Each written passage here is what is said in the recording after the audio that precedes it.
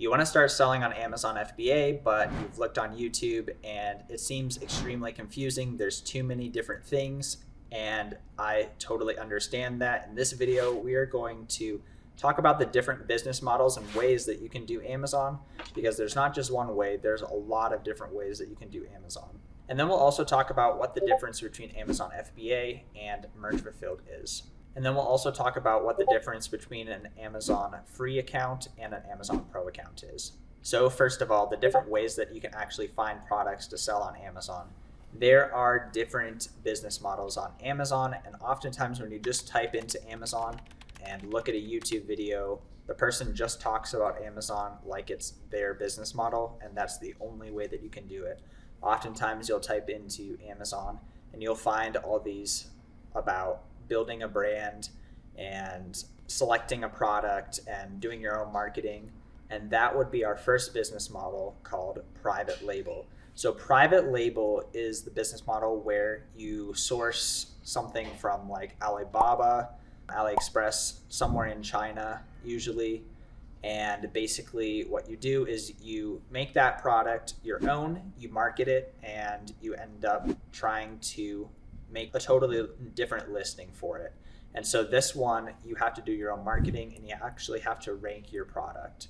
And so this is actually the business model that you see the most on YouTube, and actually it's shown as the easiest business model, but in reality it's probably one of the hardest, because it's having to do all of your own marketing and having to do like your product creation.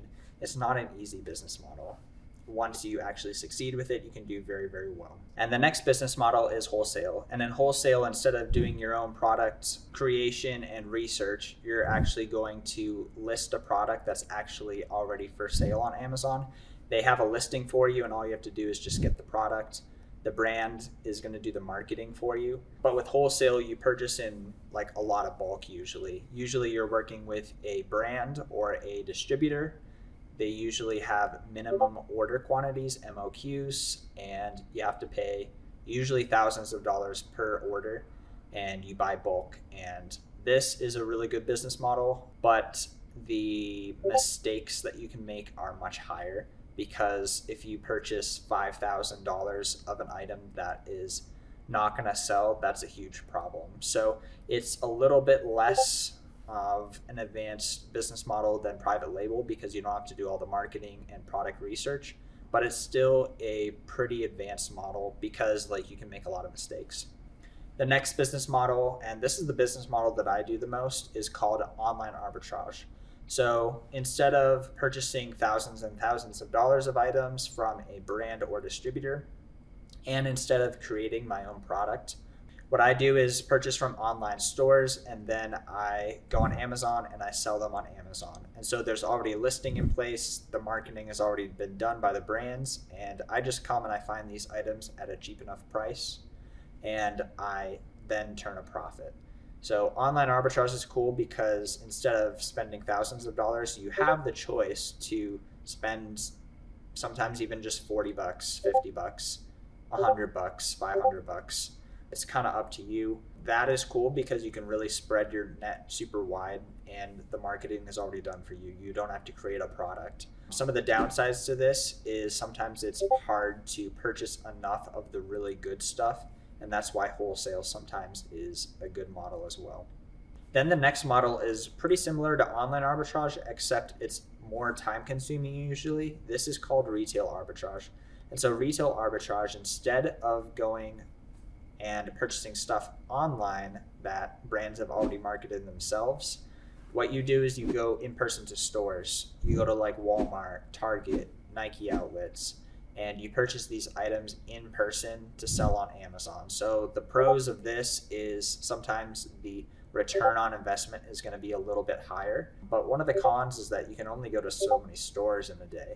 And that's why online arbitrage, I think, is a really good balance of all these business models, because you have to do your own prep and you have to go store to store. And so this can be a pretty time consuming business model. And technically, there's another business model that I would usually suggest for beginners. It's a form of retail arbitrage. It's called Amazon FBA books, you basically just sell used books. And so you went to college probably, or were in school at some point.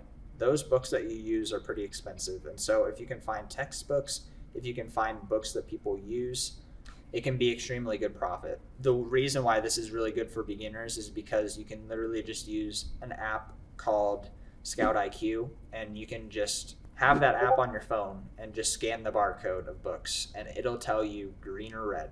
Is this profitable or is this not profitable? And you can just scan books, and even if you just knew to do that, like, you would do pretty well. It's, again, harder to scale to the moon with books unless you're in some big operation, but it's a great way to get started and great way to make your first couple $1,000s with Amazon FBA. So just a summary, the business models are private label, that's creating a product; wholesale, that's buying bulk from brands; online arbitrage, buying from stores to sell on Amazon; retail arbitrage, buying from stores in person to sell on Amazon; and then Amazon FBA Books, where you go to like thrift stores, estate sales, free pickups, whatever it is, and you sell those books on Amazon.